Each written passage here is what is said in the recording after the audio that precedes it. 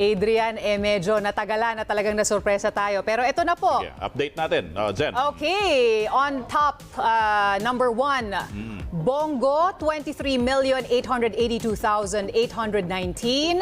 Sinusundan po siya ni Aquino Bam, 19,052,172. Pangatlo po si De La Rosa Bato, 18,257,185. Pang-apat, Tulfo Erwin, 15,263,737. At panglima, Pangilinan Kiko, 13,916,909. At kailangan nating ipunto na 68.75% na to ng election returns talagang pataas ng pataas. Pang-anim po, Ping Lacson, 13,616,000. Pang-pito, Rodante Marcoleta, 13,575,000. Tito Soto, 13,394,000. Pia Cayetano, 13,075,000.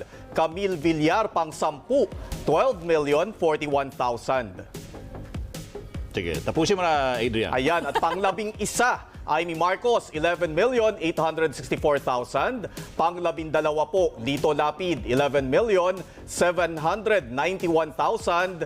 At ito, banggitin na rin natin syempre, pang-13, Ben Bitag Tulfo, 10,830,000. Sinundan po ni Bong Revilla sa pang-14 na pwesto, 10,623,000. At Abby Binay, pang-15 na may 10,486,000. Medyo dikit pa yan no? Kung tutuusin din.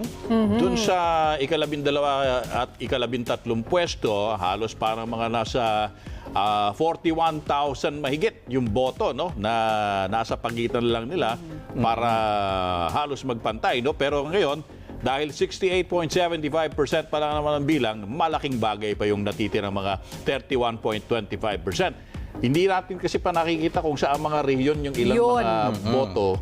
Posibleng may malaking bulto pa na hinihintay na